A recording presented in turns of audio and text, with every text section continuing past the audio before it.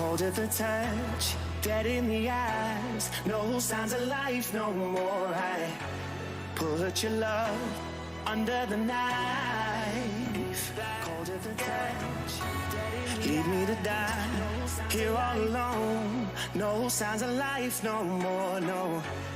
A crying dove may never fly.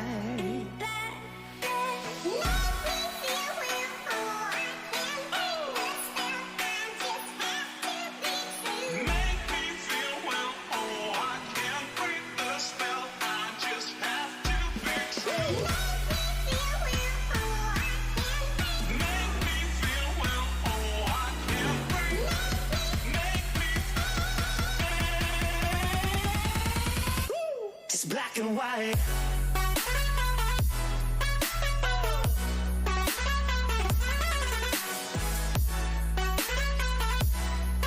Yeah. Black and white. Oh. Oh. Oh. Oh. Just black and white. No more.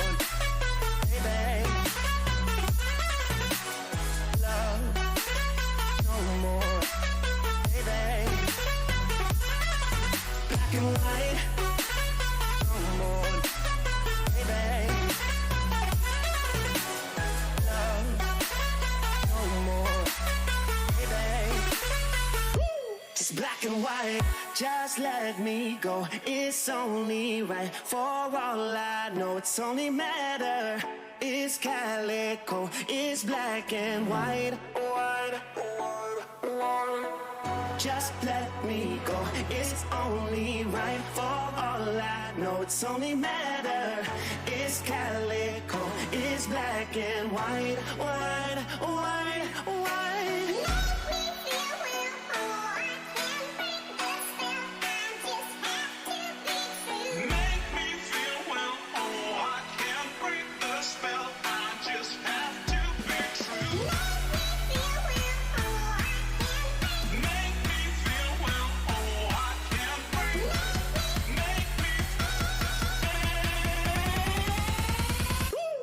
Black and white.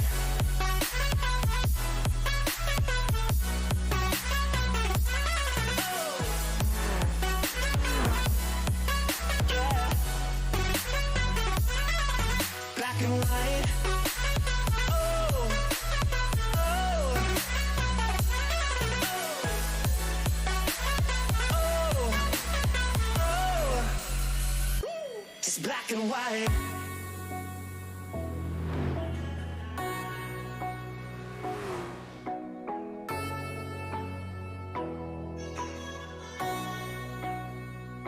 It's black and white.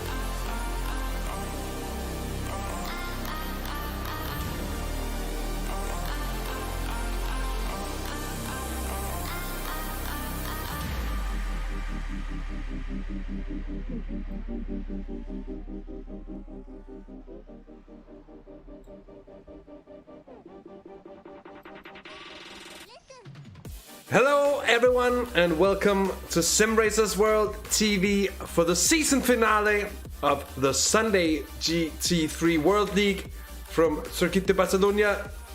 And I'm of course joined in the booth by the walking human motorsports encyclopedia that is Peter MacKay.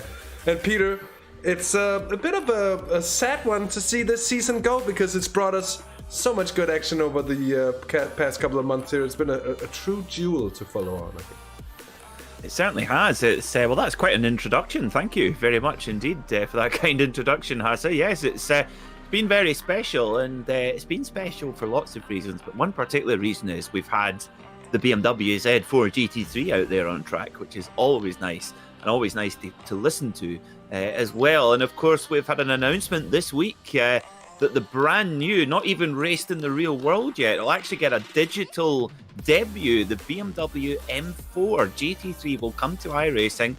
But what that means is the little Z4 will get retired, and that makes me very sad. Yeah, I would imagine I've actually thought of you, Peter, when I heard that. But anyway, we have another race of GT3 action on our hands tonight. I think it's going to be a really good one. Usually people criticize Catalunya for not being raceable. I think that's mostly in the Formula 1 cars, because once you get to GT level, this track offers plenty of opportunity to go wheel to wheel. And the championship, mind you, is going to be decided here tonight. So we're looking at an interesting one nonetheless. Anyway, I'm just going to quickly glance at the championship standings, and getting around to preparing the graphics. Oh, such an unprofessional effort by me. I'm deeply sorry about that. But I will do my best to enlighten you nonetheless. Koen Mulder is our championship leader, but leading by only 12 points. And mind you, a victory gives you 30 points. There might only be 3 points down to second place with 27 and third with 25. And then on they go downwards from there. But 12 points is by no means enough to secure Koen Mulder anything coming into this race. It's been a chaotic season so far. It could well be a chaotic race tonight as well. And if it is, it's going to be on a knife's edge. Just who pulls it. Anyway, 12 points. I was about to say 12 seconds. 12 points it is to Eric Furley. Then Valdir Suarez Jr., who missed the final 2 rounds of... Or didn't miss the final 2 rounds, but he failed to score points in both of them. Rather unlucky. Valdir Suarez Jr. has been the championship leader for so long in this season. He's at 143 points, tied with Sabino Melillo, who's 4th. And then Alfredo Ricci, I was about to call him Alfredo Trickerici, the Argentine driver, in 5th place with 135. Pete Plastow here. He was back last week as well, and he's here racing against tonight. He's picked up 120 points. Then Jose Godinho, Kamal Hashimi, Dirk Reski, and Nils Teesters rounds out and off with the top 10. Oh, Koen Mulder better not be doing that in the race. But we'll be hoping that he gets his spins over with here and now, Peter. Absolutely, yeah. Better to get them out of the way. Koen Mulder goes for a whoop. We spin around there at the opening chicane, and yeah, this is a really complex and comprehensive challenge to the driver, because it's no secret that why the Formula One the Formula One teams come here to test. Also, the MotoGP teams come here to test a lot as well, given that it's on both of those calendars. But it's a really comprehensive challenge to the driver. You have short, really tight technical sections. You have some really fast corners, and you have the long straight on the front straight as well. So it's a complete challenge for the car and for the driver. And if we look at the practice times at the moment, we have Ferraris 1, 2, 3, and 4 before we get to the first Audi in 5th position. So interesting start. That it's a good start for the Maranello factory right now. And I believe we have a newcomer in the last round of the season, Gaston Macaroni, here in the Ferrari. Yeah, and a lot of American viewers perhaps would associate this name with something you put in the oven. You meant with cheese. Oh, my mum makes a fantastic macaroni and cheese. Oh yes. That was comfort food. I'm also quite sure that Gaston has never heard that joke before. Well, maybe. I'm certain that he will by no possible means, be tired of hearing it. Maybe. So well, I'll tell him a funny. Why don't we tell him a bit of peace? Let's talk about the racing anyway, Peter. Gaston Macaroni, he is here. He's a privateer in the 618 Ferrari, and I'm sorry you seemed like you had a last comment to add. I do. Well, I actually have a story about macaroni, actually. And oh, he's not had his macaroni this morning. Oh, so as I said, my mother's macaroni and cheese was legendary in our house. It was so fantastic. I used to look forward to macaroni and cheese night, and it's so tasty. But 2 weeks after passing my driving test, I wrote off my car in catastrophic fashion. A little Fiat Seicento that descended into rubble. And I got home and I couldn't, I was so disappointed and so gutted that I couldn't even have my macaroni for tea that night. And I remember it like it was yesterday. Oh, It's terrible. Oh, that's a heartbreaking story if ever I've heard one, Peter.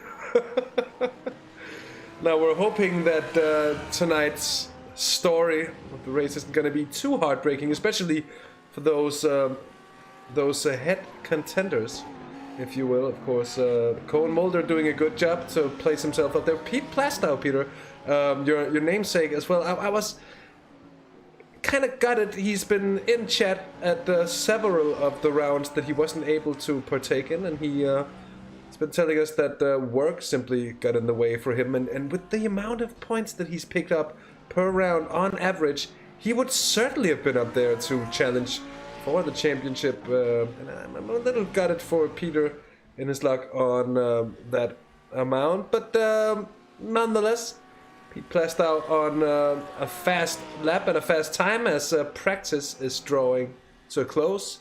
And we're 2 minutes away from the end of things here. I say that as if it's the end of the race. It's certainly not, but the end of practice, which ushers in 20 minutes of qualifying. And from what we've seen earlier this season, Peter, 2 points actually. First of all, those 20 minutes seem to pass rather quickly indeed. And second of all, it often becomes a very chaotic time on track as well. Of course, yeah, because the drivers go out in a group qualifying session, so they have to worry about the traffic around with other cars perhaps going slow or on this racing line or whatever. So you can also even use, if you're really, really smart, you can use the car in front for a little bit of an aerodynamic tow, as Eric Verlet has a little bit of a stop-start moment there at the La Caixa chicane, La Caixa hairpin, sorry. So yes, it is a challenge for the drivers, but 20 minutes, about 1 minute and 45 for the pole position time we should be aiming at. So there's plenty of opportunities. If you spoil a lap, you can go around and have another go. But certainly getting that space out on track to lay your lap time down is important. As we see Martin de Jong here in the rumbling Mercedes, the machine from Alfterbach, the AMG 6.2 litre V8 monster. And you look at that car. That car is 75% engine, I think. It just takes up a huge amount of the overall area of the car. Actually, I never literally thought about it in that way, and it is in many ways, even though I'm not necessarily a big fan of the Mercedes, modern Mercedes sports car range, if you will, and I don't know why actually, but this particular car, the road-going version, and actually I think the more toned down it becomes, the more I like it. The less wings and spoilers and aggressiveness they give this AMG GT, the more classy it becomes, and in its stock shape, if you will, and the most simple version of the car that you can basically have, I think it's a beautiful machine. And a very, very elegant car in a way that they are rarely made nowadays. The session takes over, qualifying will commence. And knowing this series, as we've come to do by now, we're going to see a ton of cars exiting the pit lane very shortly. And they're going to be all over the place. And not necessarily all over the place in terms of running off track. But you're going to see, unless the drivers perhaps have remembered some of their experiences from earlier this season. Because I cannot understand why everyone always forces out to track immediately. Of course, for some people it makes sense, and you do want to maximize the amount of laps that you can get in. But at the same time, it's so easy to lose, well, not only one, but many laps, just due to the traffic itself. Yeah, it's an interesting one. I think a lot of it comes down to the excitement of the drivers. That sort of childish excitement that we all have to get out there and turn laps. It's what they've been building up to it all week. As we see Pedro Maramon Cladera, and this, why I love this car. So I love the Japanese paint schemes. They're really, really cool. And this one's got a kind of anime theme to it as well. So very Japanese indeed. But yeah, this Mercedes, it's a beautiful car. I have to agree with you, Hasse. In road form, it is a whoop. It can bite, though. As we see Pedro having a little bit of a spin. But yes, it's a beautiful car in road trim. It would be a perfect car if it had a manual gearbox, but the Mercedes, for whatever reason, don't really... Well, they don't. I don't even think they make any manual gearboxes. Maybe in the A-Class, possibly. I'm not sure. Maybe someone could tell us that. But in the performance cars, all automatic. And for me, that's not a proper car if it's not got a manual gearbox. No, I totally get what you're getting at there. And to be fair, it's... I guess it's when with the performance glasses on, it's obviously going to be faster with these modern double clutch gearboxes. They change gears more or less instantaneously, and no human's going to be able to clutch in, flick the gear stick, and clutch back out in such an amount of time. So of course, it does make sense. But the reality of things is that a passion of cars is more than just numbers, and especially when it comes to driving these machines. And not that I have any real life experience of it. Actually, talking about it, I have a story for once. I was out today getting my first behind the wheel of a real car experiences in a very, very, very long time. Mind you, I don't have a driver's license yet, so there's a good explanation I haven't driven in a long time. I'm saving up for my license. It's a little bit costly here in Denmark, but I suppose it's like that in other places as well. And I was just amazed at just how translatable it is from sim to real life. It's the same thing in the end. I felt after 10 minutes I felt pretty comfortable behind the wheel thing. That's a little Skoda Fabia. It's got a lovely little 1 liter 3-cylinder turbo engine. It makes a lovely little noise when you rev it, and it sounds like something that it believes it's a baby V6. It's so cute. You're gonna love this, Hasse. That is in our house here. My lovely girlfriend Lucy, she has that exact car, a Skoda Fabia with the 1 liter 3-cylinder turbo, and it is we call him Jeffrey, and he is a beloved member of the family. And I know exactly what you mean.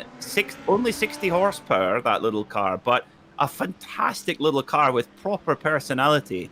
Both in the noise, but also it just wants you to just drive it. You know, it just wants to drive it, and that probably comes back to our point about the manual gearbox and the automatic. Because I used to have an Audi RS3, which had the DSG gearbox, and it was so fast, 400 horsepower, 4-wheel drive, and you could be doing warp factor 9 in no time, because as you said, it changes through the gears much quicker than you could yourself. But that in doing so takes all the enjoyment out. So I'm glad to hear you've been enjoying the pleasures of the Skoda Fabia. It's a brilliant little car.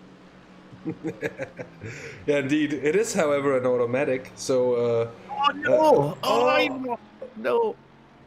I was reacting to the automatic gearbox, not Eric Verley's moment there, just to be clear. He had a bit of a moment indeed there, Eric Verley.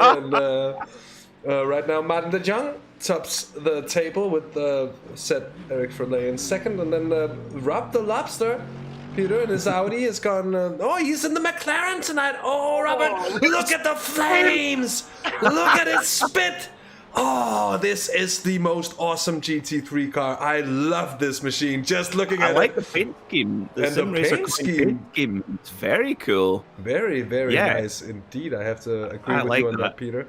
Jack Wells with us in chat. Just imagining himself, I think, me clipping all the apexes, heel and toeing and such on my driving test. It's going to be amazing. And by the way, can I just take this chance to say welcome to everyone that's joined us through our opening minutes with the final minutes of practice session, and through the first opening minutes of qualifying as well. Here we're 6 minutes into it, And the first laps are coming in. Koen Mulder doing very well in the Ferrari. As we saw in practice, they do have the pace.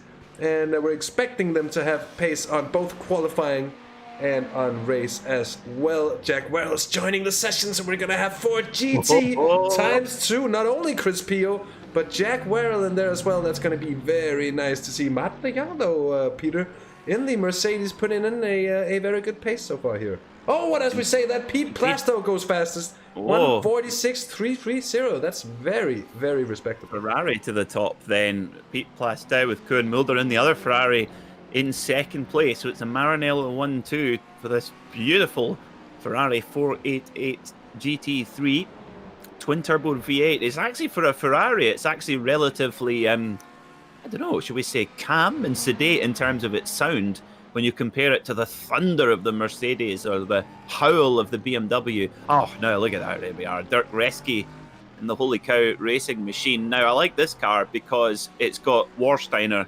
as a sponsor. I have to say, I do love a cold glass of Warsteiner. Nice crisp Pilsner, beautiful. Oh, Ethan, my mate. I think that's high praise for me to replace Crofty, but you never know. It might get infected with a disease and need replacement all of a sudden.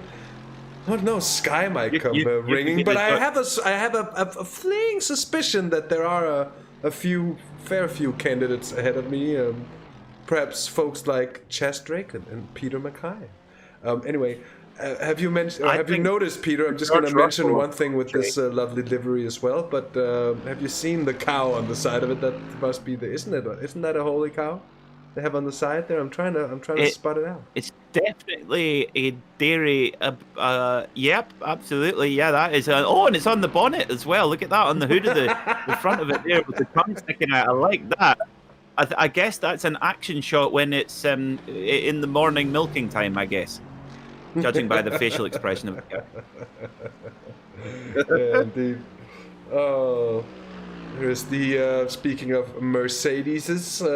Here's Pedro Marimon Cladera in his AMG, and it's beautiful, beautiful Japanese livery there. And if anyone out there of our lovely viewers are actually familiar with this livery can tell us a bit about it, well, please do go on, because while I like the Japanese branch of GT racing that's known to us all as the Super GT, I'm not really all that into it. I've seen a few races. I pick up on it from time to time. It's something you can catch up on over at the race, their YouTube channel.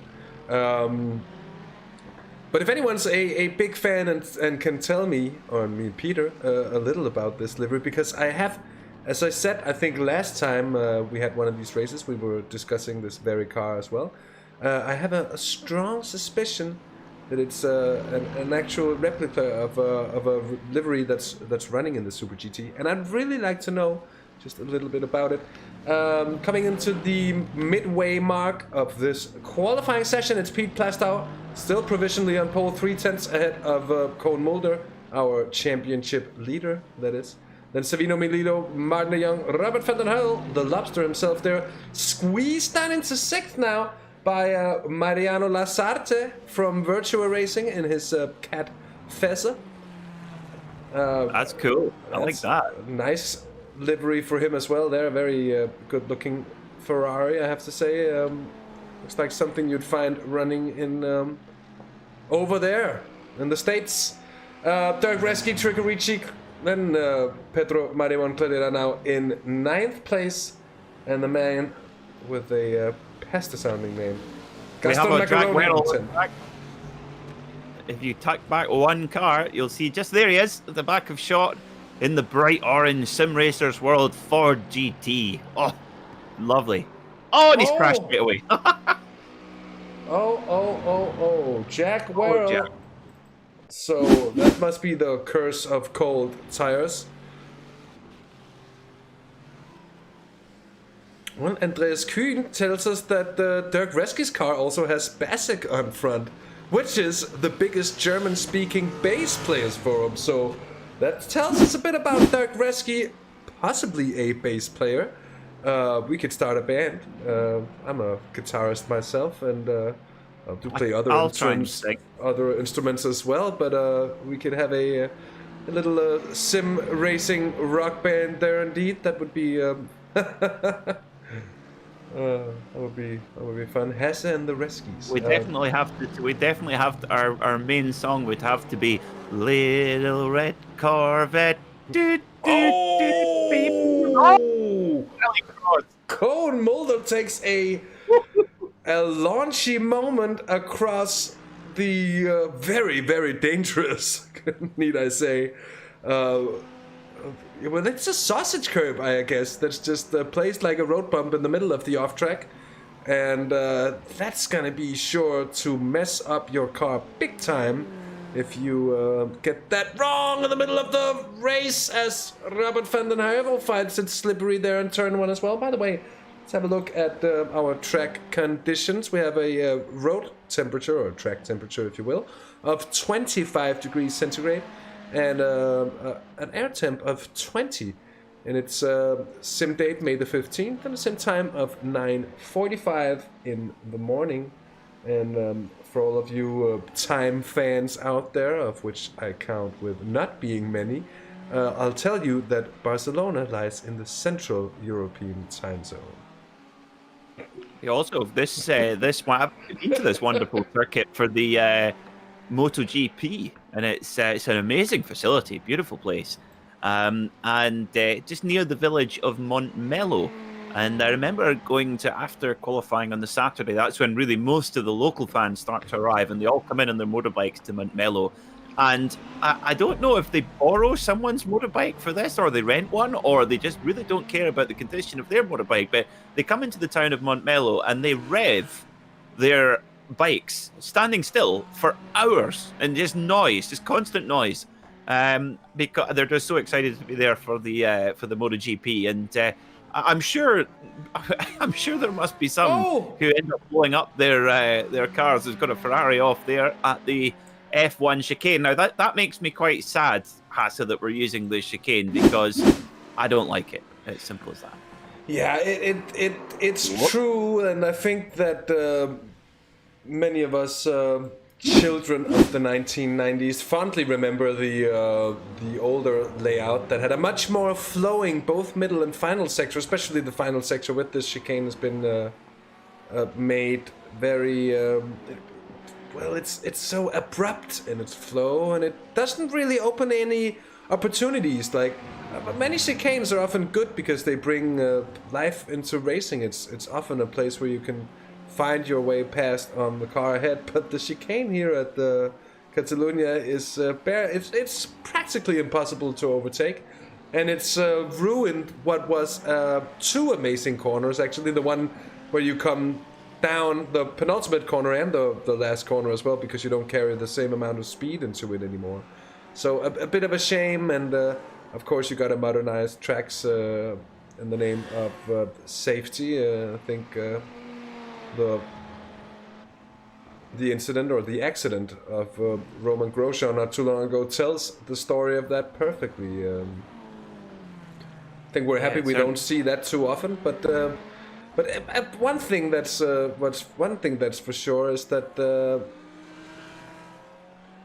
now that we're racing here at Barcelona, we might as well have had the historical layout, as it's called in iRacing. Yeah, we could have. Yeah, although it's historic, there's not really much historic about it. But yes, the original layout, if you like, that chicane. Well, interestingly, that chicane is obviously put in for Formula One, but also then, as Robert van der Heuvel has a wee bit of a moment there. But yeah, it was also put in for.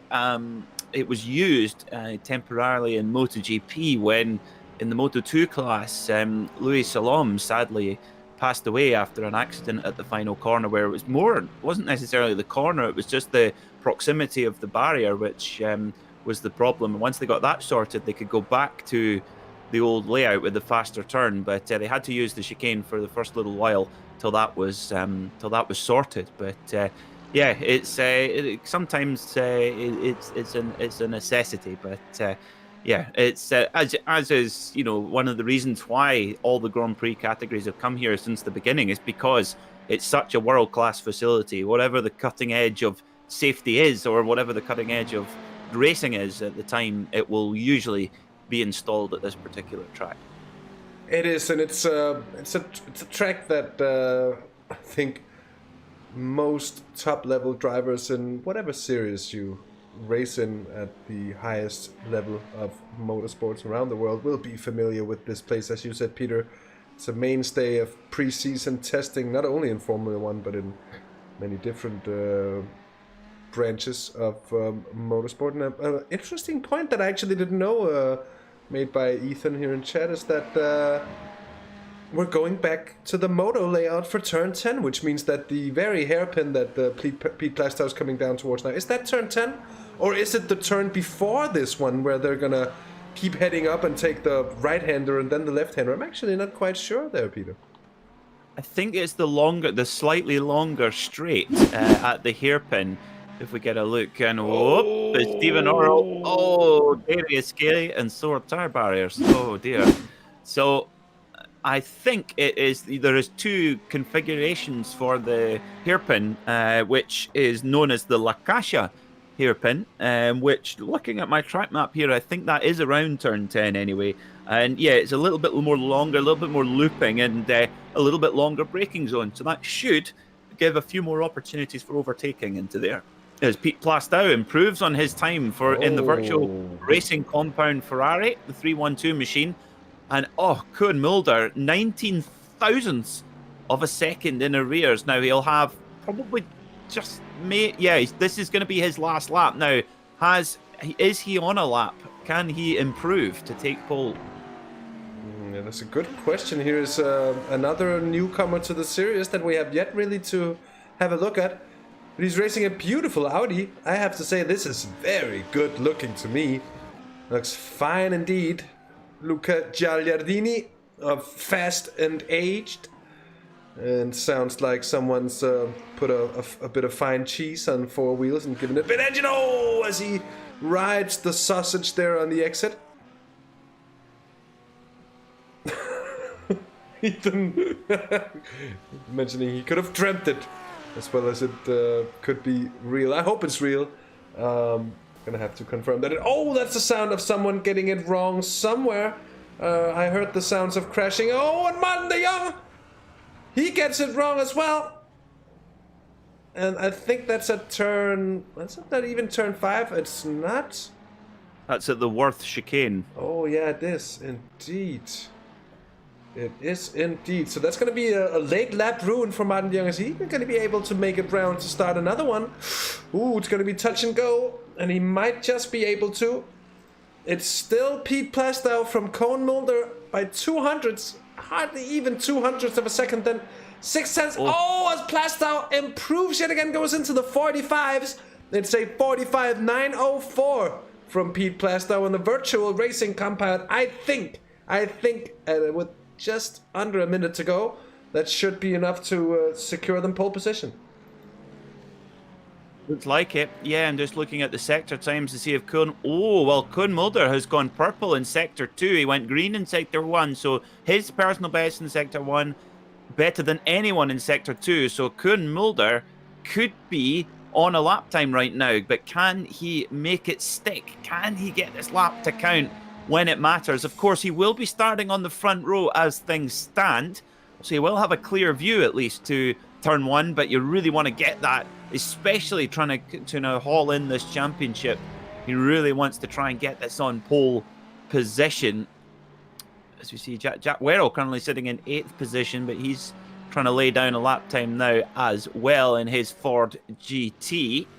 So checker flag is out, Peter, and we've had Mariano Lasarte go third fastest by 4 thousandths of a second. A lot of time. Yeah, that's gonna be very costly. Yep. And he just Hamiltons it in and across the grass he goes into the pit lane and calls off the lap. Here is Eric. This is not Eric Ferlay. This is Pedro Marimon Cladera. Eric Ferlay is here in 12th at the moment. I don't think that's going to be an improvement for Eric Verley. It is not going to be an improvement for Verley. He is in 12th place. And mind you, he's fighting Koen Mulder, who's second for the championship here, Peter. That could be a tough pill to swallow for Eric Verley. Yeah, and he's quite a bit off the pace there, 1.3 seconds off the pace of his championship rival. So, yeah, it's going to be a long day. But as you rightly said earlier, Hasse, there is a lot. Anything can happen in the Sunday GT3 World League thanks to SimracerCoin. As you see, Jack Werrell's, yep, he's backed out of his qualifying effort, so he won't go any higher than 9th spot in his 4GT. But we'll see how he gets on today. And 60-minute race, 40-minute race, my apologies, and 1 pit stop. So that should be a whole lot of fun. Yeah, indeed. I'm just thinking, did Bringsma by any means get this lap started? I'm having a very hard time believing that, and he didn't. I think just he's attempting to get the final moments of practice. Every single bit, every single drop of juice you can squeeze out of the practice orange, if you will. He's gonna try it here.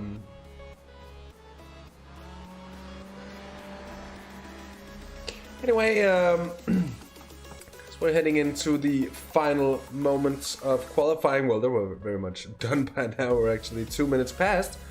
We're gonna see the session tick over in not too long. Is Dirk Bringsma on a counting lap here? I'd be surprised to say so. He's in 20th. No, I'm sorry, he's 17th. I don't know where that 20th came from in the number 1 car here, Dirk Bringsma.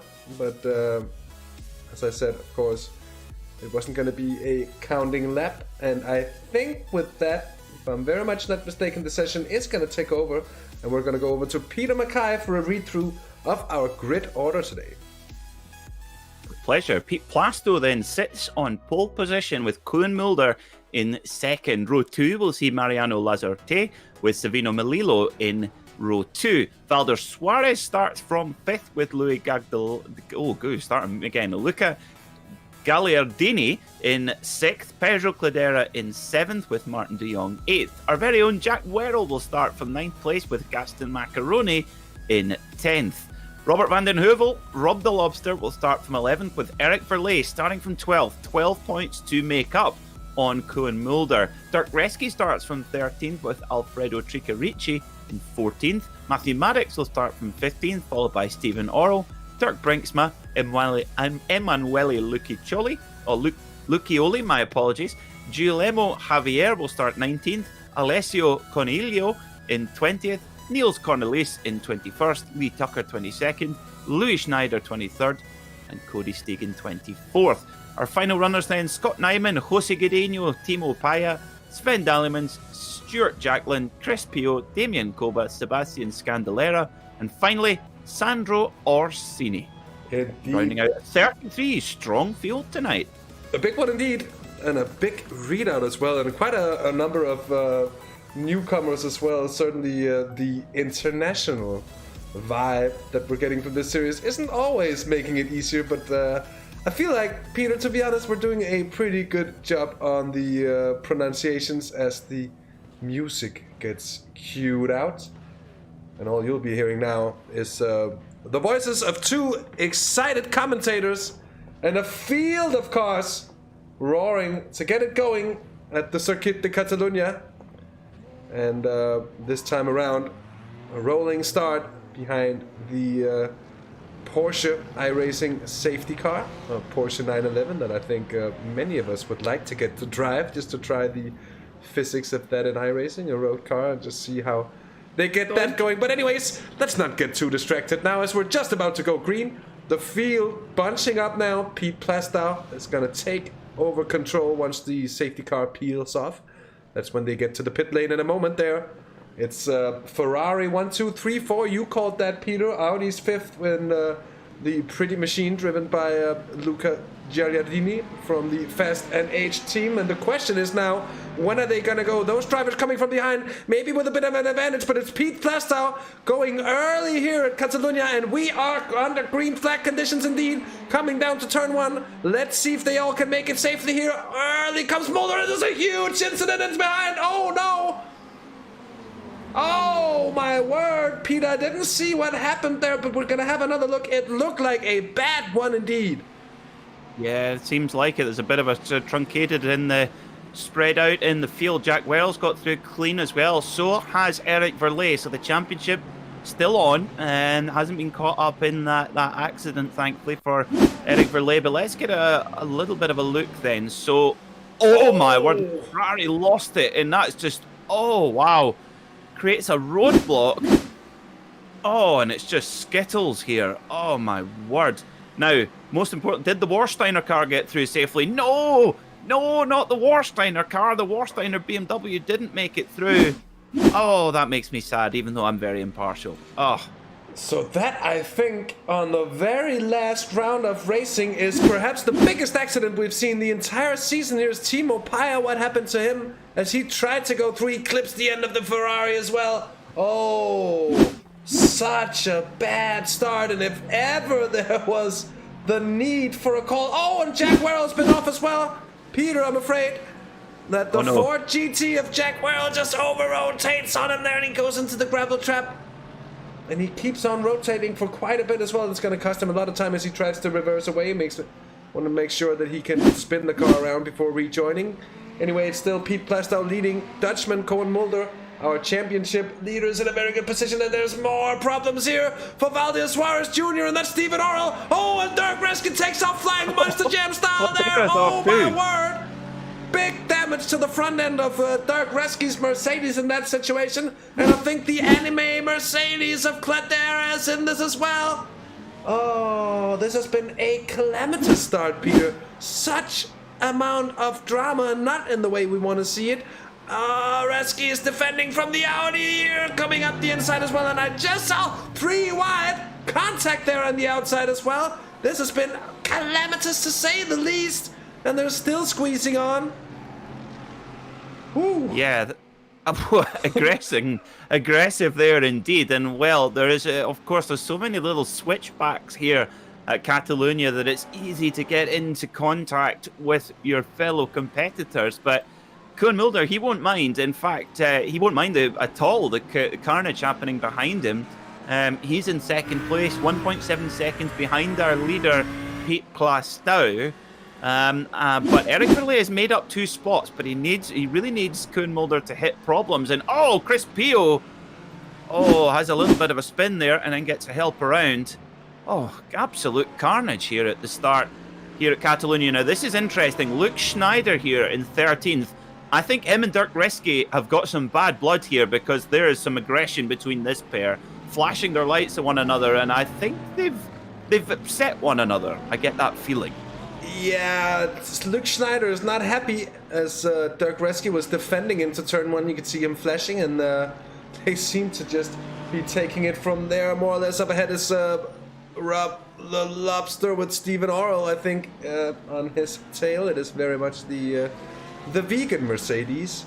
Very is scary, as it says on the bumper. There it is. Yep, it must have it must have cotton fabric seats. It can't have leather seats then. Oh, I think that's a good point you're making there. Here's Cody Steek. He's going to be gaining. Now, favorite livery. Just give them the trophy now. A lucky strike, Ferrari. Oh! Yep. Oh, massive. Oh, Valdir Suarez Jr. Oh, he nearly holds it for the 360. Oh, dear, oh, dear, oh, dear. Well, our early season runaway, Valdir Suarez Jr. Oh, it's got to spin. Oh, hang on to it. Oh, well done. Well held. So, it has certainly been not only this race by itself, but the last few races, the luck of Valdir Suarez Jr. has turned completely on its head. And from being the one driver that would always survive and make it through live, first place, doing brilliantly indeed. He had a big lead in the championship as well.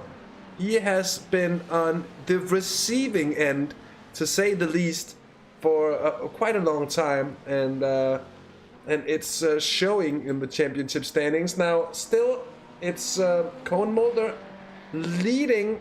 I'm sorry, he's leading the championship standings, but it's Pete Plastow leading this race. Koen Mulder is second, and then Sabino Melillo third. Those two has had a fair few races close to one another as well, and known to be the more experienced drivers on the grid. Indeed, Sabino Melillo has been very consistent this season. Here's Lasarte, our final last moment newcomer here. Pete Plastow 3/10 faster on the last lap as well, so he's doing very, very well for himself at the moment. Eric Verlet has made it through. He's gained a position on the last lap too. He's up into 8th place now, but he's a fair bit away down. And I think what he's really suffering under is that the Mercedes just isn't really poised to the level of the Ferraris around this track, Peter. Yeah, it seems like the mid-engined cars might have a bit of an advantage. Of course, you need to. There's a lot of big, fast changes of directions here at Catalunya, and certainly mid-engine cars going to be better for that. As Dirk Reski there, another spin. He just come out of pit lane. Oh, that's at Renault corner. Oh, and just hits the concrete wall there. That won't. And that might have given. Did Eric Verlet get a run up to Repsol? He did. There he goes. Oh no, he didn't. Did he? Oh, we're looking at replay now. My apologies. Yes, he makes the big dive into Repsol. Tricarici goes wide. So Eric Verlet is through. Now this Mercedes, it's got although it doesn't have as good a change of direction as the mid-engine cars, it's incredibly stable. And the thing I love about this car is the power delivery. It's so smooth, the power delivery. It has lots of power, but it delivers it in such a friendly way, which is really important in endurance racing. That's a very good point, that the longer the races are, the better both the Mercedes and the BMW as well they seem to be doing, and at the 24 hours of the Nürburgring, for instance, they are often stable hold names. Now the Audi, of course, have been up there, and it seems to have been also getting better with the times, with the new tire models and aerodynamic models that have been introduced by iRacing. Here's we're on board with Koen Mulder, looking so good for the championship here. He's not going to be fighting Sabino Melillo at all, especially not in this early stage of the race. If Melillo gets close enough, I think Koen Mulder, ever the tactician, ever the intelligent racer, is not going to spend too much time and energy on fighting Sabino Melillo here. Martin de Jong has made it up into 5th place. And in 6th is Gaston Macaroni. Who's on the tail, I'm afraid. Yeah, that's Giagliardini, who started all the way up in 6th place, but has dropped down due to a damage situation, I think, and is now 25th. That's rather unlucky. I'm sorry, Peter, I cut you off from something. Yeah, good debut for Gaston Macaroni, actually, in 6th spot in the series. But Luke Schneider, he's making his moves. He's managed to dispatch with Dirk Reski and able to carry on. Now, where is Eric Verlet? Up to 7th now, so he's on a really good charge, starting from 12th place. And you have to think that he's going to be really kicking himself. Whether, I don't know if he certainly had enough time to lay down a lap in qualifying, just maybe didn't have the best setup in qualifying. Who knows? Some drivers are more qualifying experts than others, but Eric is doing exactly what he needs to do, picking his way through the field. But he really needs to get involved with Koen Mulder and start to put him under pressure if he wants to try and win this championship at this final round. That's very true, but he's still a fair bit away behind the Dutchman, so there's a bit of making up to do. Also time to do it still. Half an hour of racing, half an hour of Sunday GT3 World League, brought to you by SimracerCoin, left for this season, this opening season. And what a season it's been. I've mentioned it before, but it's been an absolute peach. It's been so good racing, and the championship fight has been only getting better and better as it's been going on. Here is a huge send from Lucioli in the Audi. I think he makes it stick on Matthew Maddox, and we're going to have another look at that, Peter. This is a beautiful move. He actually didn't have any straight line speed advantage. It looks like actually the Ferrari had a little bit of speed advantage there, but Emanuele Lucioli, while driving like Emanuele Pirro, a man who knows a thing or two about winning races in an Audi, and up the inside, perfectly brings it into the apex there. And a beautifully executed, well-planned, tidy move. Very, very impressive indeed. Bravo. Yeah, indeed. Oh, and we've had another issue for Valdir Suarez Jr., whose car is really looking worse for the wear here now, Peter. And he's spun right through turns 1 and 2, if you will, in the opening spins. There's Dirk Reski, just sneaks on by. There's Chris Pio, in the background as well. And Savino Melillo, as we're back to... Oh, now he's lost the position. And we're going to have another look at that situation. Here comes Melillo on Koen Mulder. And it is a late send as well from the Italian, who just manages to stop it on the apex. Now he's got the inside line for the... Not this one, but the following right-hander, which is much more decisive. I think Koen Mulder, as I mentioned before, he usually races with his head more than anything else. And it's been very evident throughout the season as well. It's been such consistency that's given him the championship lead. Mostly there, though. Mariano Lasarte is trying to get in there in the 947 Ferrari. And it really is a battle of the Ferraris up ahead in the field. Behind these is Martin de Jong, but the gap is 5 seconds. Another 4.5 seconds to Gaston Macaroni. And then another 2-3 seconds down to Eric Fillet. So 17 seconds from Pete Plastow. That means it's around 10 seconds, I think, from Melillo and Koen Mulder to Eric Fillet. So, of course, a lot of stuff can still happen this race. But it's looking very good for Eric Fillet. Or, I'm sorry, for Koen Mulder. If I could only get things right just once in a while. It's looking very good for Koen Mulder at the moment. Lazarte he's right on the case of Koen Mulder right now, and look how much movement. Look at Melillo. He's disappeared into the distance, and Mariano Lazarte, the Argentinian driver, channeling his inner Juan Manuel Fangio, and he thought he was maybe going to have a little lunge there, but thought better of it, but he's putting some serious pressure of his own on Koen Mulder in this cat-liveried Ferrari. This is not what Koen Mulder needs, but as you rightly pointed out, Hasse, he's not fighting these guys because he doesn't need to. And as Luca Gagliardini makes a little bit of an error there, just loses it on the way in. A bit of a Jack Werrow crash, that one. Same, almost a carbon copy of Jack's incident there at the Worth chicane. Yeah, indeed. And of course, it could be worse. Koen Mulder, I think he realizes that just like he doesn't fight Melillo in the championship standings, he isn't fighting Lasarte, he isn't fighting Marc de Jong, he's not fighting Gaston Macaroni. But the guy he's fighting is down in 7th place at the moment. So he can allow himself to just play it safe. There's now under half an hour left for him to keep the car running and alive, and just to really just finish in front of his championship rival. He could even finish behind on a position or two. And of course, the further down the running order they come, the smaller the points differences. So for Eric Fillet to make it to work, it really needs to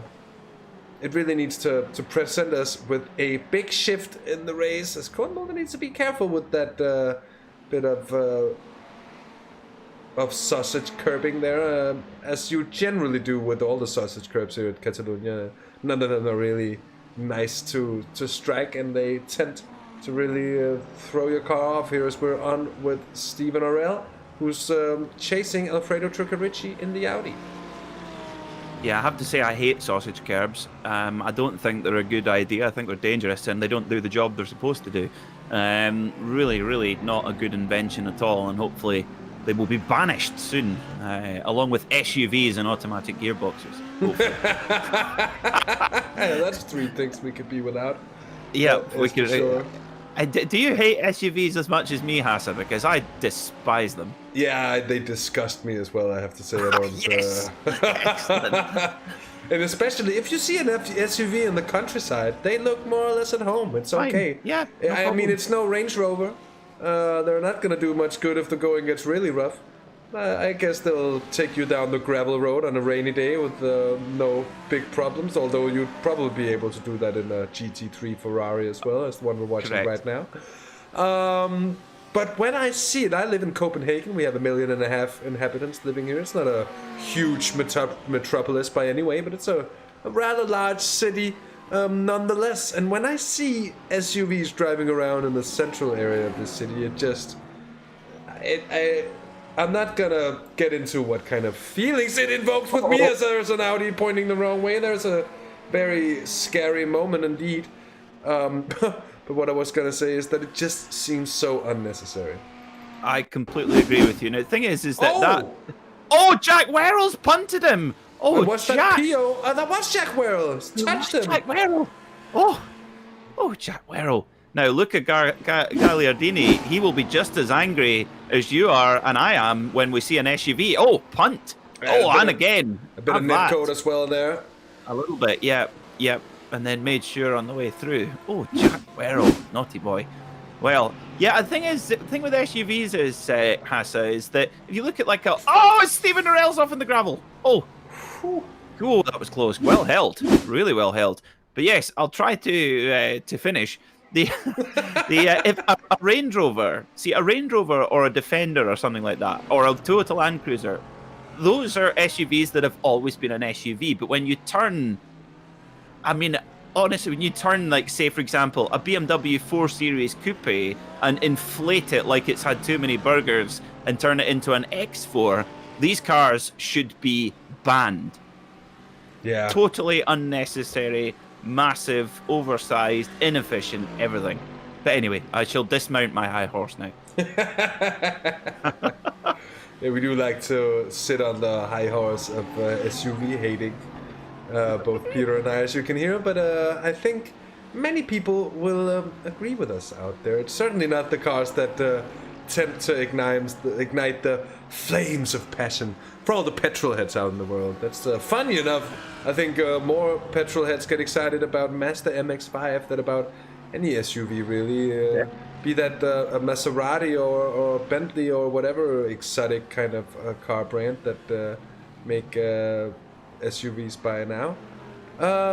Virtual Racing Compound, I have not eaten at Hooked in Copenhagen. I'm in no doubt that it's a great fish restaurant. I'm not really a fish kind of guy, unless it's fish and chips. That I'm very much a fan of. But like the real fish, if you will, is usually not really my cup of tea. There are, of course, exceptions, but I'm more of a Garfield kind of character, and enjoy a lasagna or a fish and chips or a pizza or such. Macaroni, mac and cheese, if you will, that as well, or a very good or a nice bit of Indian. I have a local Indian stop that makes this lovely combination of chicken tikka masala and butter chicken. They call it butter tikka, and I tell you, that stuff is amazing. Oh, it's fish and chips. Oh, I will be. Oh God! I will be standing in line soon. I'll tell you that much. Little dear Suarez Jr. is out breaking Sven Dahlmans for stage 1 racing into the hairpin and takes a position back.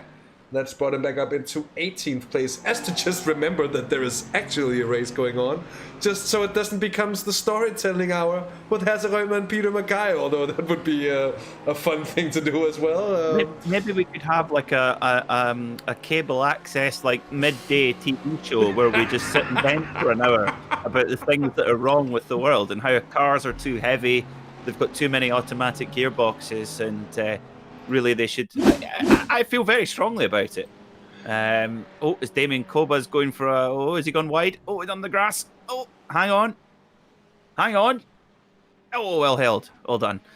Yes, I feel very strongly about it. There is nothing better than a small, lightweight car. I have to say, I can't wait to have a go in the Volkswagen Up GTI. That seems like my kind of car all over. Small, lightweight, manual gearbox, little 3-cylinder engine, perfect. Yeah, indeed. The Up GTI is also that's like the essence of what a GTI really is. It has the same kind of power to weight ratio as the original Golf GTI, if I'm never not completely mistaken, and I think a car that could indeed have the same sort of charms about it that we'd love to see. Anyway, back to the racing. Here is Rob the Lobster sitting 10th, chasing the vegan Mercedes of Stephen Orrell, who certainly... Oh, and Orrell pits in here. That's his halfway point, so that makes good sense. Here, 50% race distance. Of course, the drivers have got a one compulsory pit stop. The drivers are limited to a 45% fuel cell to effectively force that pit stop, but that gives them a pretty wide pit window. The car will run to about 30 minutes. Oh no, I think has Cladera run out of fuel maybe and forgot to go into pit lane? No, maybe. I think he's had an incident before that. I'm not quite sure. He's had a... Oh, he gets across, but that is one very, very stricken Mercedes, and I'm afraid, Peter, he's just called it quits. He's said to himself, it doesn't make sense driving around in this, becoming a driving roadblock, as you do when the car isn't up to pace with the rest of the field. Oh, that's a pity. We always like to see that. Oh, as we like to see this as well. Big spits of flames out the back of the McLaren. And isn't that incredible that that is McLaren's first model? The MP412C. Amazing. In such a short space of time, McLaren Automotive making a whole new road car division. Yes, you're saying, yes, they made the McLaren F1, but that was a one-off project in the early 1990s. So the first instance they made a proper road car brand, and what success they've had with the race cars. Road cars are incredible machines, but I tell you what, I wouldn't have wanted to buy one of their recent cars brand new and have to sell it, because they have depreciated more than almost any car in history for some reason. I don't know why the cars seem to depreciate so much. I have absolutely no clue. I don't think I'm ever going to find out anyways, unless drastic changes are going to happen to my, shall we say, living standards. I'm not really expecting to be able to buy McLarens. Here's Emanuele Lucioli. He's finding his flashes and trying to tell Robert van der Heuvel that he wants to get through. It's the battle for 7th place initially here because of Tricorici right in front of these two as well. The pit stop round very much still going on. We have a few drivers in. Pete Plastow has indeed checked out at the front. He has a gap of, well, to be fair, that gap was bigger before, and over the last lap we've had actually a substantial gain, 4/10 here for Savino Melillo, so he's trying to drag it back there. And it could still be a fight for the race win here if Savino Melillo picks up the pace. He could have been trying to save the tires. Peter, we know this track is notorious for being tough on tires, like Richard Nixon was tough on communism back in the days. That's tough. Yes, not necessarily rational, but tough. That's for sure. I wonder. I wonder if people need to worry about track limits then. Yeah, that's a very good point. They might get... Maybe we'll go back to talking about SUVs before someone knocks at our door. Hung up by the long arm of the law there. Indeed. Yes. Anyway, Robert van den Heuvel got passed, I believe, by Emanuele Lucioli, and we'll have a look at what brought that situation with it. That is from very far out, and I think it's slightly held by Robert van den Heuvel, maybe just missing the apex. But does he go past? Oh, that's coming into the pit, so that makes sense. A few seasons ago, the McLaren was very, very economical. I think the iRacing folks have fixed that by now, and it's not the same anymore. Oh, Tricorici getting back on track right in front of Rob the Lobster here, and he might be getting all red in his face with agitation over the fact that he can squeeze on through there, but he's got a good run down towards Repsol. He might just have a look at the inside of the Audi there, but he thinks better about it in the end. Oh, and it's Dirk Reski, by the way, in the Mercedes behind. Back to our race leader, Pete Plastow, just checking in here. It's still relatively stat quo, but at the moment advantage, Savino Melillo, who is slowly closing the gap, but with just around 15 minutes of racing to go. Well, that's just a 2.5 second gap, and of course it's not going to take much to close it up for good. But it's going to.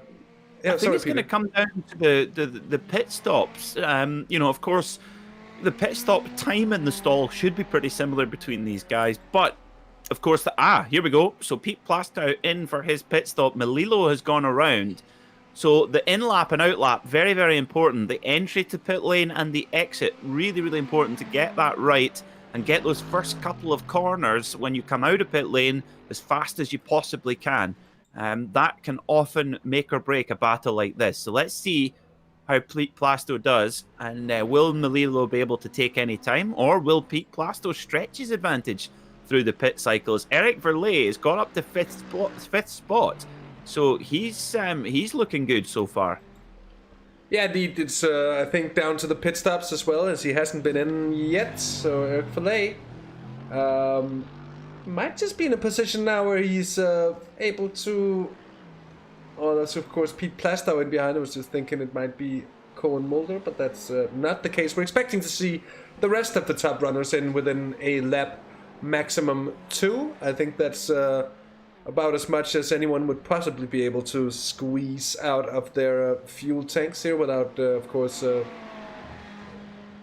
taking a big risk in running out of fuel in the end. Savino Melillo, 3.5 seconds up on Koen Mulder, and then Martin de Jong, Eric Verlet.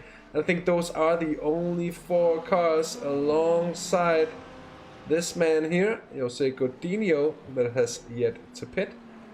There are also actually a few more cars when I glance down the timing tower that has yet to have their pit stops, but all of the top runners have indeed not been in. That's the top 4 that has still to pit here. Melillo, Koen Mulder still within a few seconds, and indeed into the pits they come. So we're going to be watching Pete Plastow, who will probably still be our virtual leader, but indeed, Peter, if Savino Melillo is able to fuel for a lap less, or 2 even, that could really make the difference in the end.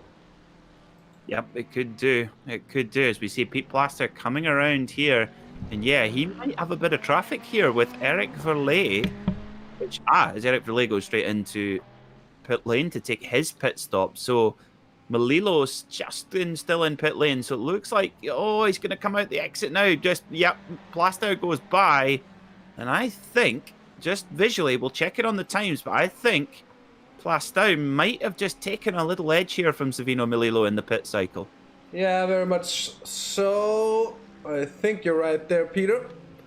Mariano Lasarte has reclaimed 4th place as it was as well. Then out comes Martin de Jong. And Eric Verlet, who is indeed up into 6th place. Or is he? Oh, yes, he is.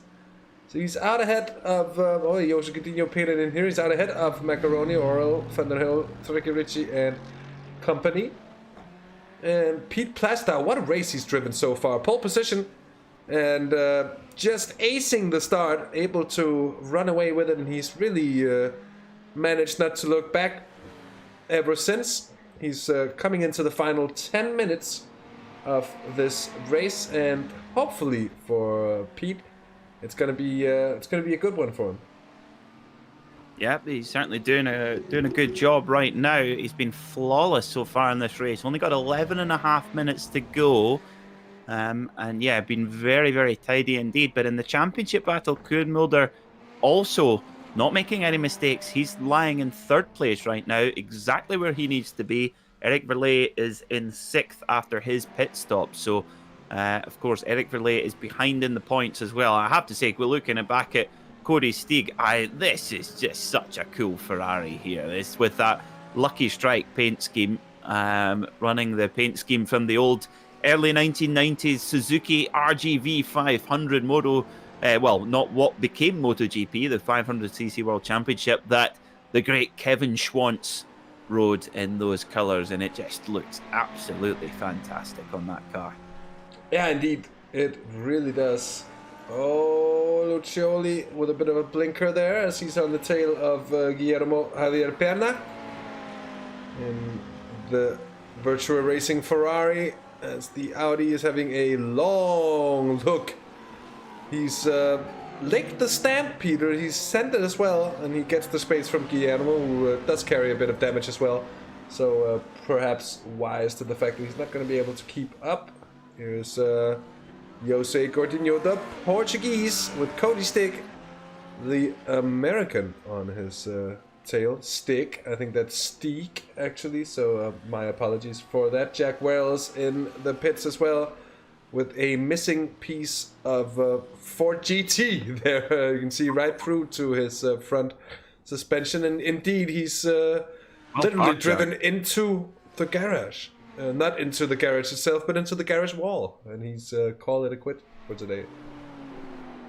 So Jack Werrell is out. I like the realism how he drove it into the garage. I like that. That's attention to detail there from Mr. Werrell. Oh, Peter, we've had an unfortunate turn of events here for Savino Melillo, who's gone around and spotted. Where's Mulder? Oh, Mulder he just gets Mulder out is in fast. time. Oh, So I'd love to see that from Mulder's point of view, because I think that was a bit closer than it maybe looked. But so let's see. Koen Mulder's coming through. So yeah, look, you can just see it out the corner of the eye. Koen's probably thinking, oh no, here goes my championship. But just Savino Melillo did a really good job actually to pull the car off the racing line. Good job, good sportsmanship. You see amazing amount of drivers that just dither around on the racing line with it after an incident like that. But oh, that would have got Koen Mulder's heart rate up a little bit, I would imagine. Yeah, very much so. And as a championship leader, I don't think there's any kind of doubts that those are the situations you don't want to see happening right in front of you. But it's going to help him. Nonetheless, now he only has Pete Plastow ahead. It's going to help Pete Plastow as well, because Pete Plastow is now living with a, what is that, an 8-second advantage or so? It's quite big here. And I'm afraid we've had a problem for Chris Pio in his Ford GT, and it's not the most dramatic of incidents. It's the car just plows understeers wide, and he rejoins rather safely indeed. Martin de Jong, he's in 5th place. He's had a bit of an off track, and this is at the front end of the field. We've seen this many times. Oh, that's a very undramatic off track incident as well. So we're back with the Lasarte and the aforementioned Savino Melillo, who really just lost out there. Yes, indeed, the Ford GT, a tail-happy beast, as far as I've understood it, just like the McLaren, by the way, as I think Robert van den Heuvel can tell us a thing or two about that.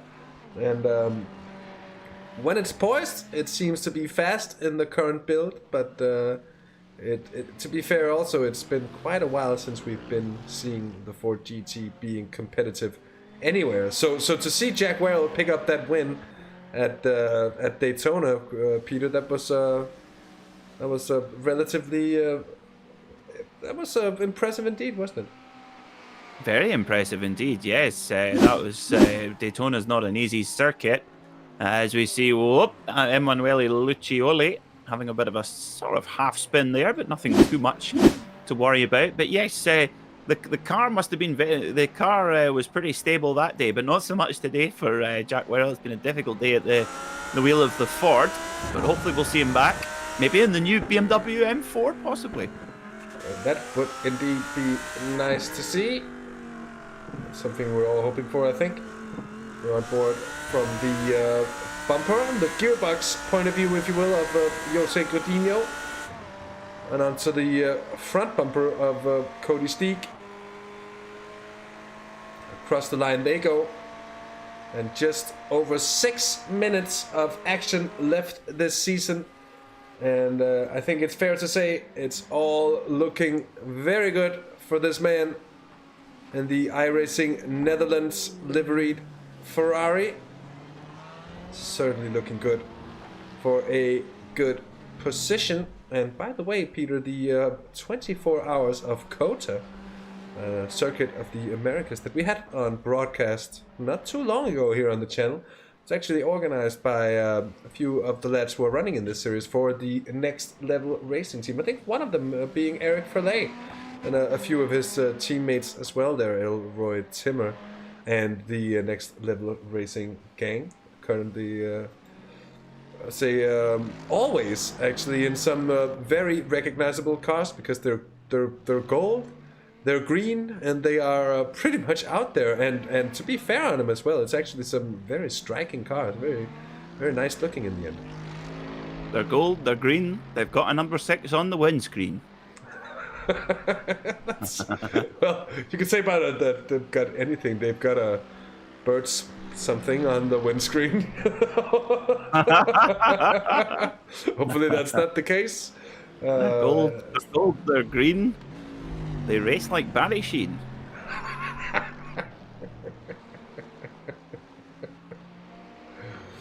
So into the final 5 minutes we've come, and I don't think Eric Verley is gonna find any way for him to more than this here. As I thought he was just about behind Martin de Jong, but there was another Mercedes. There's actually a Ferrari up ahead. Yeah, so my excuse is there. But the gap is Stuart substantial. Jacklin. Oh, it's Stuart Jacklin. Just ahead there in 22nd place. In the Austin Powers, well, it's a shame it's not a Jaguar, that car. It could be the Austin Powers mobile there with the Union Jack over it. The Jaguar with the SH at the start. Yeah, very much so. That's a good point. Very groovy. It's nice to see. Yeah, very groovy, baby. I was just about to say. That's my best little quick Austin Powers impression. Come to Mariano Lasarte from 3rd place.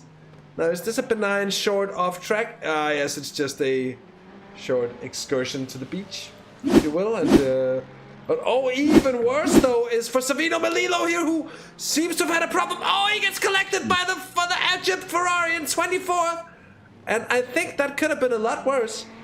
I just had Savino Melillo crashed on my event viewer, and I definitely thought it would have been a much more dramatic incident than that. Savino keeps 4th place, and I don't think he really picked up too much damage there. By the way, he could have been helped by the fact that Mariano Lasarte in the 947 Ferrari is also starting to suffer. What I think we're seeing here, Peter, at the tail end of this race, is the tires really beginning to suffer for quite a number of the drivers here. Yeah, it would appear so. I mean, that's the thing here. At Barcelona, you're putting a lot of stress through the tyre. You're putting a lot of stress on everything in the car, the aerodynamic grip as well, and it's putting a lot of heat through these Pirelli tyres. So that's definitely the drivers who've looked after them are being rewarded. That is for sure. And I tell you what, this has been a really solid, steady drive from Eric Verley, but Koen Mulder, he's been every bit the match. And just a couple of minutes to go. Oh, Joe, Eric. Wow, did you see that big massive left-right tank slapper? Oh, I feel I should stop talking now before I curse him. We'll go watch someone else, someone who's had his fair share of bad luck already this race, so it doesn't really matter too much in the end whether we bestow him with even more. But it's such a shame to see for Valdez Suarez Jr. And to be fair, we really weren't expecting this kind of change of luck for him. And of course, it is not enough to be lucky. You've got to be good, and we've seen that he is just that over the course of this season. But it's just the turn of luck has just been too much for him to really mitigate, it seems. Yeah, it just seems so. But I'm sure we'll see him back. We'll see him back to show what he's capable of. He was so impressive. I remember the very first round at Okayama, where he was really dominant in the Ferrari, was Valdez Suarez Jr. We thought he was going to run away with the championship, but hasn't quite been the case. Now, have we got the white flag? I think we maybe do. I thought, whoop, as we've got a BMW off there at the side there, but I think this should be the last lap for Pete Plastow now. Yeah, it'll be close. I'm quite sure. I mean, I don't think. You think he's gonna do another one? Quite sure he's gonna do another one. He hasn't been given the white flag just yet. 35 seconds. Oh, is he gonna make that? I think he is. But there's that chicane does take longer than you sometimes expected to. But they'll have to find the stewards. Well, Peter, keep in mind the stewards have to reach for the white flags. They have to pick them up and throw them over the edge of the of the flagging box up there. And as you see here, it is going to be one more lap, 10 seconds to go, and it's going to be a final lap of more or less honor for Pete Plastow, who's got a comfortable 9.7 second cushion over this man, Koen Mulder, who in turn has a lap of honor as well, as he will in one lap's time. Save for any extreme drama that we, of course, and I'm literally crossing my fingers and knocking on wood, not trying not to bestow any kind of commentator's curse on anyone, but Koen Mulder is set to be the first Sunday GT3 World League champion after 10 rounds of intense racing indeed. He looks to be coming out on top of things. And as I said before, it's been quite the season. It's been quite the journey. And in the end, as I said earlier on, I think Pete Plastow, with his race performance today and on many other occasions this season, just will be thinking, what if, what if? Because he very much could have been up there. He's had the pace for every race that he's been in, and he was forced to miss a few, and that's cost him dearly. But it's not cost him today, Peter. He's coming around the final sector now to pick up the win. Here he comes then. Pete Plastow into the final stadium section here at Barcelona, Circuit de Catalunya, through the chicane for the final time, and what has been a flawless drive for the Ferrari man. Flawless indeed. Lights to flag win for the virtual racing compound with the number 312. Pete Plastow wins round 10, the final round of season 1 here at Catalunya. And in grand style indeed. Now this man will be flashing out of pure joy, as well as Koen Mulder is our first series champion for the Sunday GT3 World League, brought to you by SimracerCoin. And Mariano Lasarte, Peter, on his debut, takes a podium place here. Brilliant stuff. Very, very impressive indeed. And Sevilo Mililo, a little bit of an eventful race for him, but gets home in 4th. And Eric Verlet, very impressive from 12th on the grid. He finishes 6th. Great stuff. Great stuff. Close, but not enough for him to pick off Koen Mulder in the championship battle. And I think also Eric was pretty much knowing that he needed a bit of bad luck on his competitor's side to be able to clinch the title. He didn't get that. It's going to be 2nd place for Eric Verlet in the championship standing. 6th on the day here, 7th for Gaston Macaroni on his debut. Robert van den Heuvel is 8th. Sorry, 9th is Stephen Arl, who's not with us anymore. And same goes for Alfredo Tricorici. Still cars crossing the line here, as I think Valdez Suarez is just about to cross it as well, alongside Luke Schneider, who had a very, very, very interesting race as well. A bit of a paint trading going on between himself and Dirk Resky there early in the race, Peter. Yeah, they were not best friends, were they? There was obviously something that had gone on that both were equally angry about, but maybe, you never know, they might come in to chat to us after the broadcast, and we can be tabloid journalists, and we can try and spark a response from them. Indeed we can. So the race results: winner by 10.7 seconds for Virtual Racing Compound, Pete Plastow, in front of our newly crowned series champion, I'll say it again, Koen Mulder, the number 3 car, in 2nd today. 3rd on his debut, Mariano Lasarte for Virtual Racing, and then Savino Melito 4th, Martin de Jong in 5th, and Eric Verlet, who finishes 2nd in the standings for Next Level Racing NL, in 6th place. Then Gaston Macaroni, Robert van den Heuvel, Stephen Orrell, and Alfredo Tricorici rounding off the top 10. Cody Steek, Emanuele Lucioli, and Valdez Suarez Jr., then Luke Schneider, Guillermo Javier Perna, and Jose Coutinho 16th, Matthew Maddox and Sven Dalemans as well in 18th place. 19th was Nils Cornelis. Then Chris Pio in the Ford GT.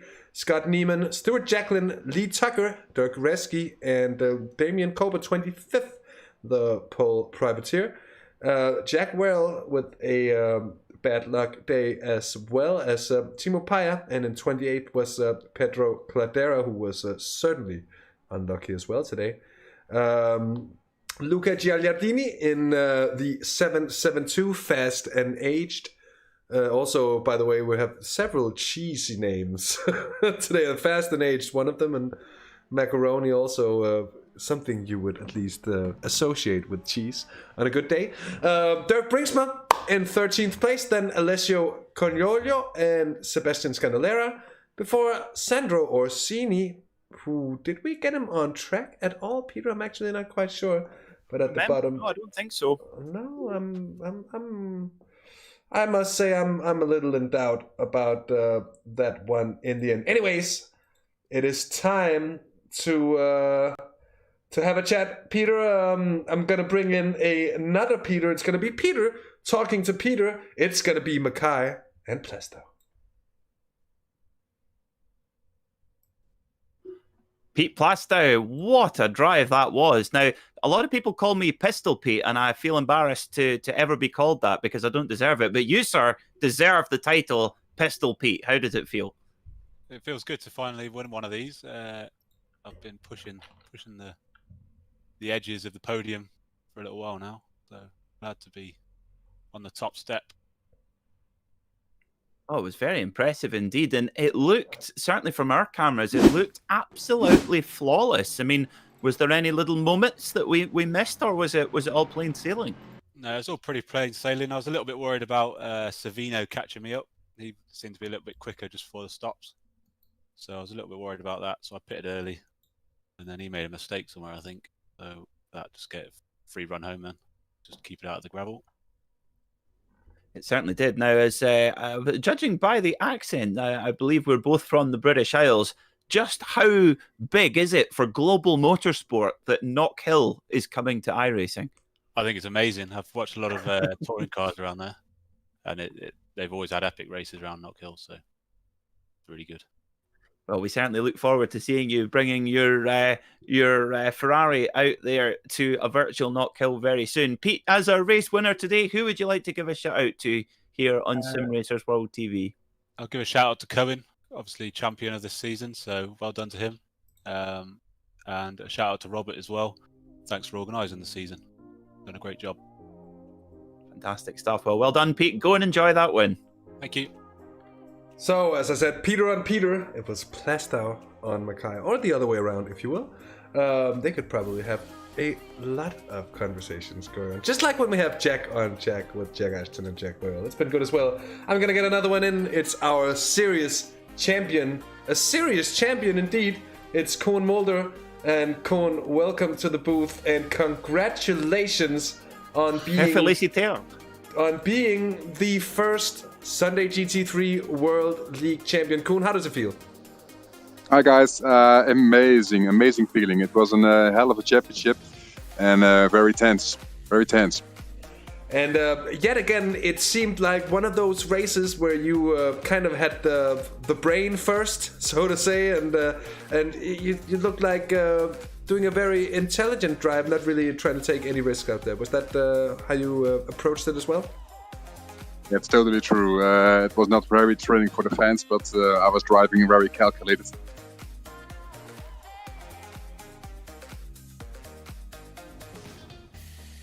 Oh, Koen, are you with us still?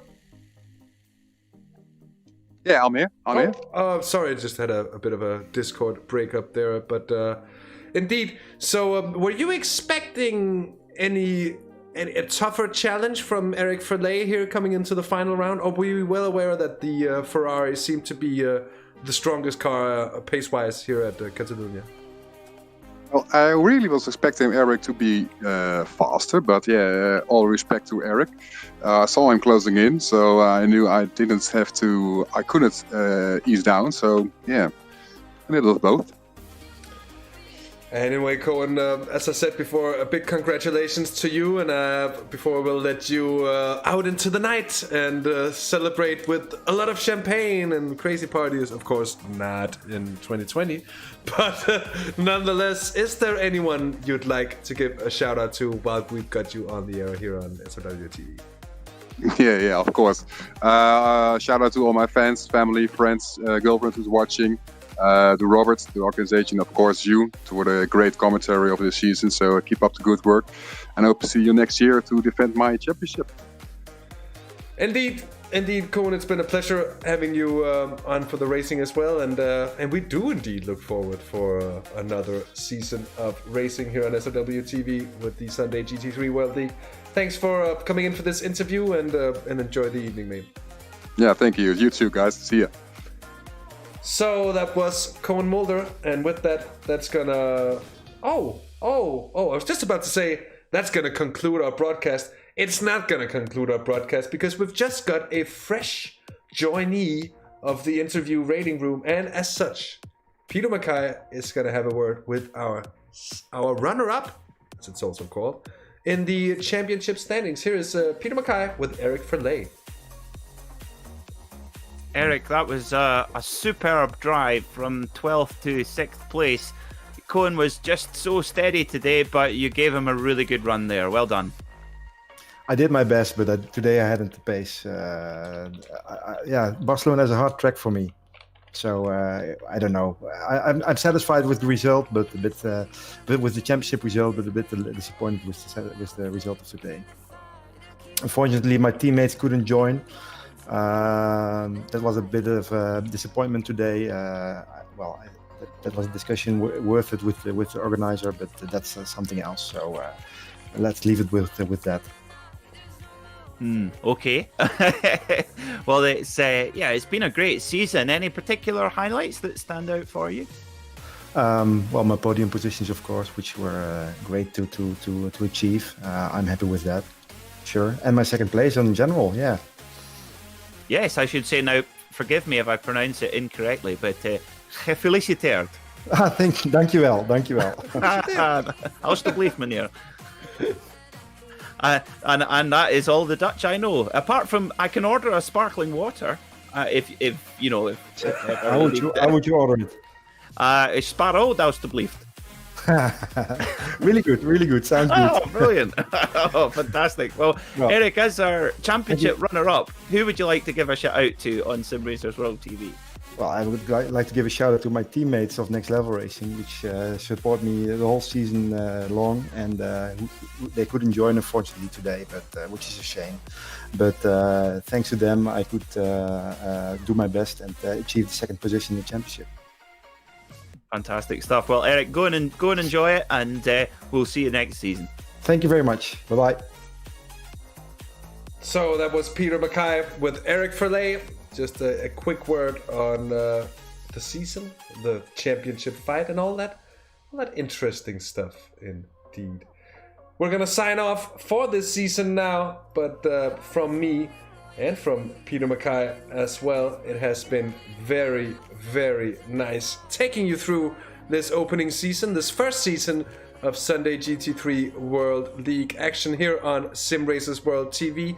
Leave us a like if you like what you've seen here on display tonight, and do remember to subscribe for more sim racing action here on SimRacers World TV. My name is Hasse Rømer, and it has, of course, been the ever knowledgeable Peter MacKay alongside me in the booth. It has been our pleasure taking you through these 10 rounds of action. Do join us when we're back for more come 2021. And here on SRW TV, I believe we'll be back for more here tomorrow as well, Peter. Yes, indeed. On Tuesday, we're back with the SimRacers World TCR series. Yeah. So, and then on Wednesday, the Porsche Club of Great Britain. So it's double trouble with myself and Chaz Draycott over the next few days here on SimRacers World TV. Indeed, it is. Don't forget it. So it's a different night, but pretty much the same time and same place, of course. Anyway, thank you all for joining us tonight. It's been our utmost of pleasures having you all along. And from us in the booth, until next time, take care, have fun, and bye-bye.